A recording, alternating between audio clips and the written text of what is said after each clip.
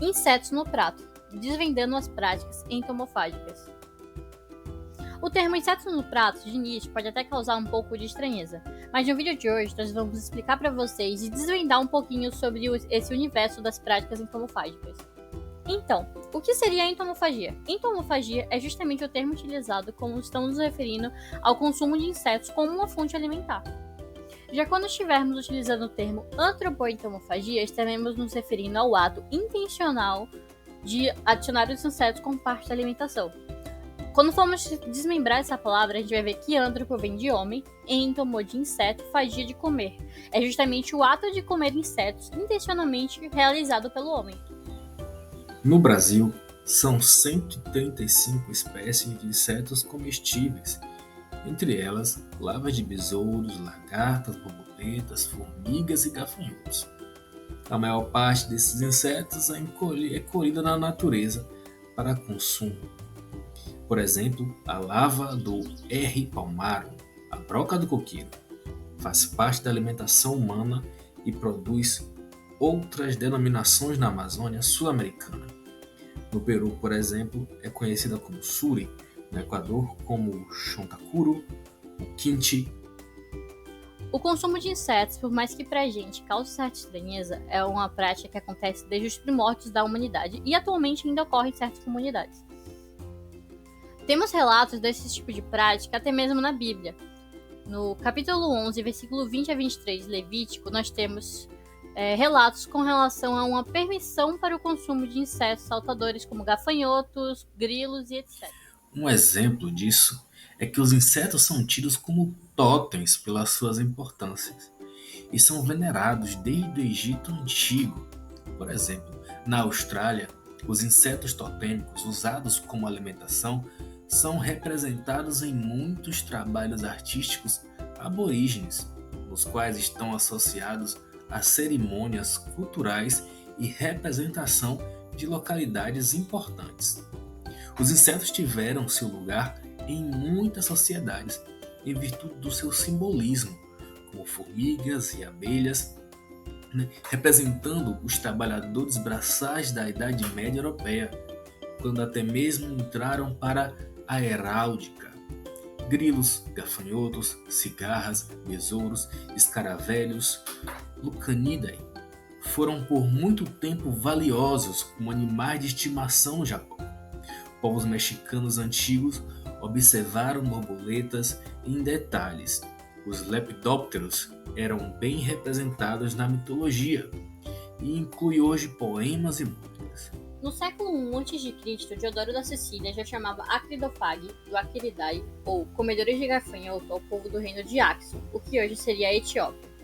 Na enciclopédia História Natural, escrita pelo naturalista romano Plínio o Velho, que foi publicada entre os anos 77 e 79 d.C., temos relatos que os aristocratas de Roma adoravam comer larvas de besouro marinadas em farinha com vinho. A entomofagia é uma prática culturalmente enraizada em muitas comunidades ao redor do mundo e faz parte do conhecimento etnobiológico dessas populações.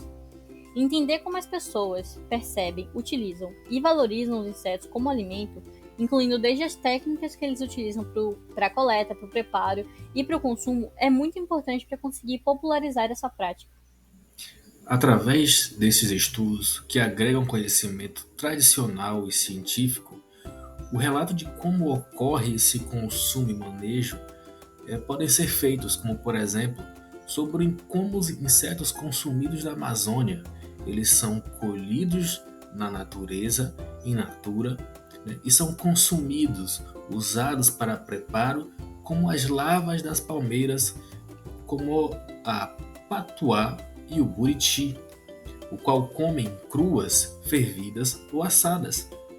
Essas práticas entomofágicas formam cerca de 5 a 10% da proteína animal consumida por certos povos indígenas. A sociedade ocidental negligencia essa culinária entomofágica por uma repugnância ou muitas vezes cultural. Atualmente, nos encontramos em uma crise mundial relacionada ao crescimento populacional e à demanda de alimentos. A população mundial está aumentando em um ritmo muito acelerado, e esse crescimento gerará maior demanda de alimentos e de outros recursos. Em 2022, a Rede Brasileira de Pesquisa em Soberania e Segurança Alimentar e Nutricional, a Rede Pensan, apresentou dados que demonstram que cerca de 33,1 milhões de pessoas passam fome no Brasil, quase o dobro que em 2020. Além de que mais da metade da população brasileira, cerca de 58,7%, vive atualmente com algum tipo de insegurança alimentar. Com isso, percebemos que o grande desafio atual e também do futuro é fornecer alimentos de qualidade para todos sem causar um grande impacto ao meio ambiente. Um possível caminho justamente para afastar a fome e enriquecer a dieta seria a antropoentomofagia. E qual é a relação que estamos fazendo entre antropoentomofagia e segurança alimentar? A antropoentomofagia ela pode desempenhar um papel fundamental na promoção da soberania alimentar, especialmente em regiões onde os recursos alimentares são escassos ou onde as práticas de produção de alimentos são insustentáveis. Vale lembrar que a soberania alimentar refere-se ao direito dos povos de determinar suas próprias políticas e estratégias alimentares, garantindo acesso a alimentos saudáveis, culturalmente adequados e produzidos de forma sustentável e socialmente justas. Os insetos no prato atualmente estão em um processo de popularização. Estudos sobre todos os benefícios que a entomofagia pode trazer, desde a segurança alimentar, benefícios para a saúde e até mesmo o meio ambiente, são os pontos chaves para esse processo. Atualmente, muitos chefes renomados já estão inserindo os insetos dentro dos seus pratos famosos, até mesmo no Brasil, como o entusiasta do tema, o Alex Atala. Os insetos atualmente vêm sendo considerados a proteína do futuro. Podemos ver na imagem a seguir uma comparação de proteína a cada 100 gramas de carne de boi, por exemplo, onde encontraremos 24% de proteína, e se formos analisar as mesmas 100 gramas, só que dessa vez de carne, entre aspas, de gafanhoto, teremos em termos proteicos cerca de 52%. Quando falamos do uso de insetos como uma fonte alimentícia, não nos limitamos apenas a seus benefícios nutricionais. A sua produção é muito sustentável em comparação com as das proteínas convencionais que já temos.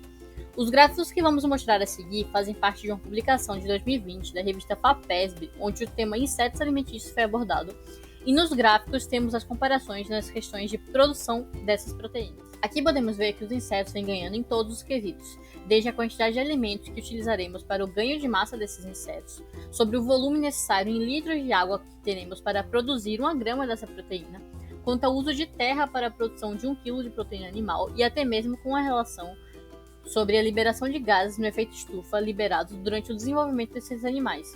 Nesse quesito, a gente atinge números alarmantes de comparação. Teremos 1 para os insetos a 2.850 para as vacas, ao analisarmos o que é emitido para que esse animal ganhe apenas 1 kg de massa. O que é isso? Comida? O que parece? Que nojo! Gosto de galinha. Viscoso, mas gostoso. Isso são guloseimas raras. Uma noz muito gostosa e crocante. Vai aprender a gostar. É o que eu digo, garoto. Esta é que é a boa vida. Sem regras ou responsabilidades. É do tipo cremoso. E acima de tudo, sem problemas. E então? Tudo bem, Ratuna Matata.